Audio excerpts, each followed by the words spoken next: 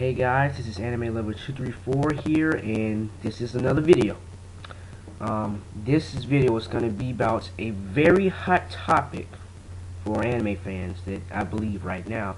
It came up all of a sudden, but they have announced a Ultimate Ninja Storm 3, known as Naruto Shippuden Ultimate Ninja Storm Generation. Now, this game, from what I've seen so far, it looks pretty good. The title Generation means that it has not only the Shippuden cast, but it also has the original Naruto cast, which is something that seems very intriguing. Which means they're probably going to redo the whole story mode of the first Naruto and go all the way up to the 5 Kage Summit arc, or even the 4th Ninja War, which is going to be a pretty long game. If that's the case, I'm really looking forward to it, because I love long games no matter what they are. I hate when the game has a short story mode or not a story mode at all, but that's besides the point. And just to think about what they'll do with the original Naruto, I know in the first Ninja Storm they had some boss battles, but they may improve it to an extent to make it more like Storm 2s, which is going to be very interesting. And for the first time in a Storm game, they're adding back Zabuza, Momomichi, and Haku, which weren't in the first Ninja Storm or in Storm 2, which I don't know why, but they add them in, which means their arc is going to be in there, which means a new battle that we haven't played on any Storm. Now, some things that they can do to make the game better, I believe, improve the RPG mode. That's what everybody really wants, but they say the 360 can't handle that type of graphic of material. But from what I heard, a 360 is actually stronger than a PS3. I don't know. I mean, I have both. I don't really know, but they could do that. Many people say that it should be like Barn or Rise of a Ninja Story mode. But tell you the truth, it really shouldn't, because Storm is its own series of games. It doesn't need to be compared to any other game, so they can just really do it anyway. But they still need to make it vast. Another thing they need to do is make customizable jutsus. They had this sorta in Storm 1, but what I'm really looking for is what they did in Naruto Ultimate Ninja 3, the old PS2 game. You can unlock certain people's jutsus by doing missions after you beat the story mode. Like, for example, you can unlock Sasuke's Chidori, and you can equip it to anybody in the game except Konohamaru. Like, you can have Sakura of Chidori. She was really a spaz anyway. You could give Naruto Chidori, and you also can I believe you had Sakura's in a Sakura move that you can give to anybody, which was strange.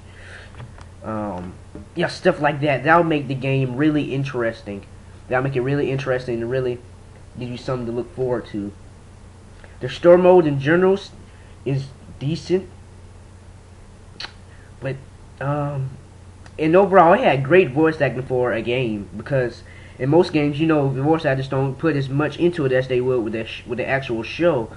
But in Storm 2, they had pretty decent voice acting. And what they what blank here. Oh, what they could do as well, this is alright, but what they could do, instead of just having one jutsu, they can give you at least 2 jutsus. Like, you could have Naruto with Rasengan and Shadow Clone Jutsu or something, or Sasuke with Fireball Jutsu and Chidori at once. Yeah, they could do things like that.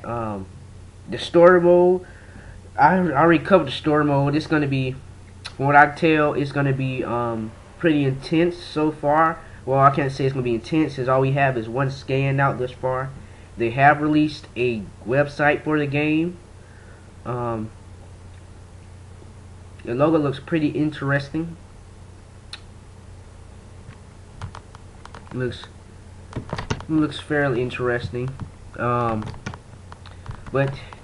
since it got announced pretty soon, if you ask me, because Storm 1 came out like in '08, and Storm 2 didn't come out till like 2010. That was a great distance. I thought they was at least gonna wait 2 years, cause Storm 2's, I don't know, some people are still getting it and are still trying to beat it. It's probably gonna release probably in 2012 spring or early January.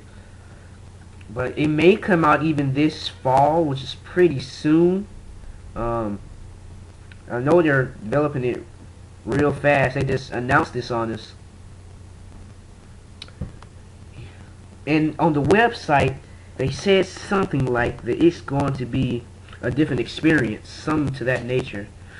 So they're putting this games up in pretty high.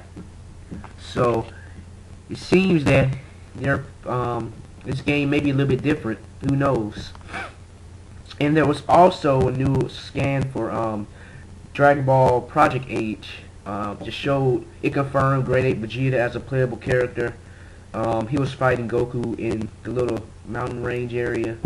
The game was pretty good, in my opinion. To me, it actually seems like it surpassed Raging Blast 2 graphics. Even though it's a little bit more manga style, it looks better to me. And the fully destructible environments just gets a S on my part. Gets a Z, because that's really gonna bring DBZ fans, and not just people playing the game in general, into the intensity of the game in the show, and you can just feel the fight.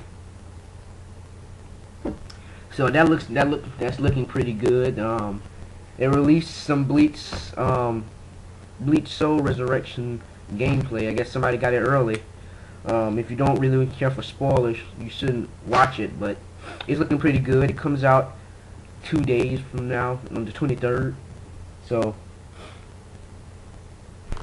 that's all the news for now in terms of anime and games in general. Unless I just left something out, comment if I did or something. This is Anime Lovers 234 signing out, and I'll see you later.